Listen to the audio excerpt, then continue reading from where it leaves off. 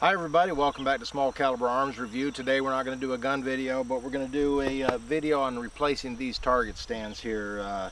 They've been around for a while, they're pretty rough, and this one doesn't hardly have a place left to stick my push pins in there to hold the targets on there. We're going to get this thing, get rid of it and get some new ones built. I'll show you how I make those, and they're really pretty cheap.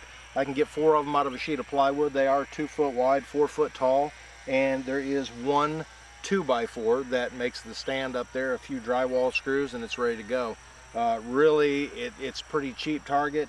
I do not use any pressure treated wood out here because all these little fragments that come flying off here, I want them to eventually deteriorate, rot away, become part of the landscape again. And with the chemically treated, pressure treated stuff, I don't want that down on the ground out here. But let's go take a look at how they're made. Alright guys, I'm going to show you the how and the why I make my targets the way I do.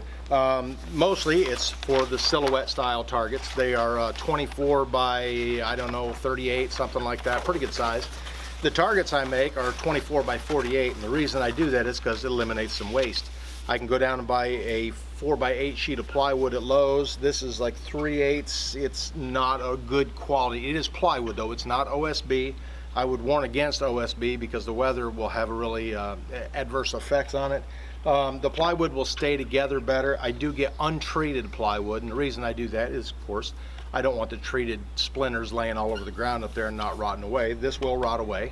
A sheet of this plywood is like $12 to $15, so $3–4 per target. When you take it back there and have them cut it into 4 2-foot sections, 4 2-foot by 4-foot sections, and then usually 1 2x4 is all I need for each one of the target frames, and I got to use the table saw to split them so I can get my 2x2s out of it. Not exactly 2x2s. If you're not familiar with lumber sizes, they are nominal. A 2x4 is not actually 2 inches by 4 inches. Go figure. Anyways, let's take a look at these targets and how I'm going to put them together.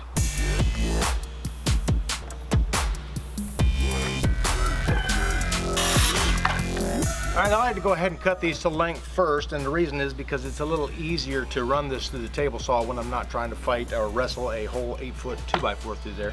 Now I should be left with a little over 6 feet on here. It's going to be kind of a random length. It's really hilly out here where I'm at, so I can cut the legs down on it. I can't make them any longer if I need to, but I can always make them shorter. And we're just going to rip both of these now and then put one of them together.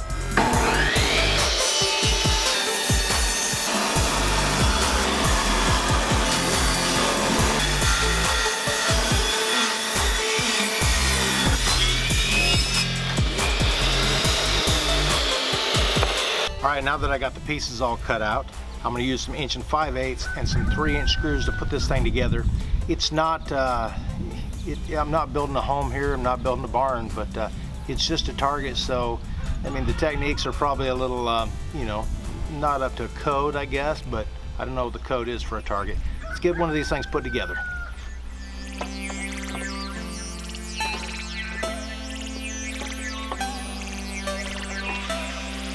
All you really need to do is square it up with the edge of the plywood and then screw the plywood to these, and you should be good to go. You can run a couple screws through this way too to kind of, you know, help that frame kind of hold together really well. But other than that, it'll do just fine.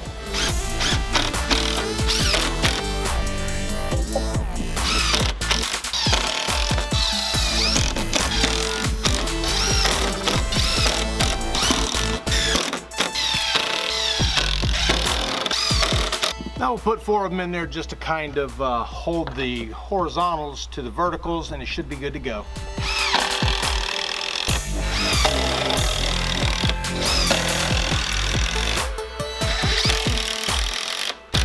Alright, now where I actually live at in Ohio, it's pretty rocky over here. I don't know if you've ever seen these before, but these are used for forming up concrete. You drive these down in the ground, and there's holes drilled at 90-degree angles through here. And what that allows you to do is put a form board up and nail this to the form board so it can't move up or down or anything. But these drive down in the ground. They're already sharpened on one end. They're a pretty tough, hardened steel. I don't know how hard, but they're not just, it's not like rebar. They're pretty stiff. What I will do is actually take my target out, set it on the ground, and mark the 2 spots where the legs are going to be. go ahead and drive these down in there and then run a screw through here into the leg of the target, and it seems to hold them up pretty well. Sometimes they get a little bit loose and stuff. You can pull them back out, undo the screws, drive these down in a little farther if you need to. These are available in different lengths. These are, I think, let's see, what are these, 18-inch, somewhere around there, 24-inch. But they've got shorter ones, they've got longer ones. These seem to do pretty good for me. I drive them in up there where I can't dig a hole anyways, because it's pretty tough. And like I said, if these are down in the wet dirt, they're going to rot away sooner than some of the ones I've got out there are probably about 3 or 4 years old. And you know, the cost of these is about you know, total $6-7. You're going to have to buy some screws. That's going to cost you more than the wood will. If you're only building a couple of them, a box of 5/8 screws like this, I think this is like it's a 1-pound box. It's probably about, I don't know, $7 or $8. I do a lot of different projects, so I get the bigger boxes of the 3-inch screws. These are probably pretty close to $100 for 25 pounds there, but I mean, I use them all the time anyways, and the nice thing about them is you can take them back out if you've made a mistake, or if you want to reuse the screws out of the old boards you got up there. These are treated. They shouldn't rot away anytime soon. They should be good in the old targets. I should be able to take them out and build the other ones. Anyways, that's how I do my targets. I hope you enjoyed taking a look at this. I'm going to go ahead and finish these up, and if you could, go ahead and hit the subscribe button if you haven't already, and check out some of my other videos. And thanks for watching. And if you get a chance, look down in the description, because I put some links in there to different things I've used in my videos, and you might want to go check them out, get some of this stuff for yourself. Thanks for watching.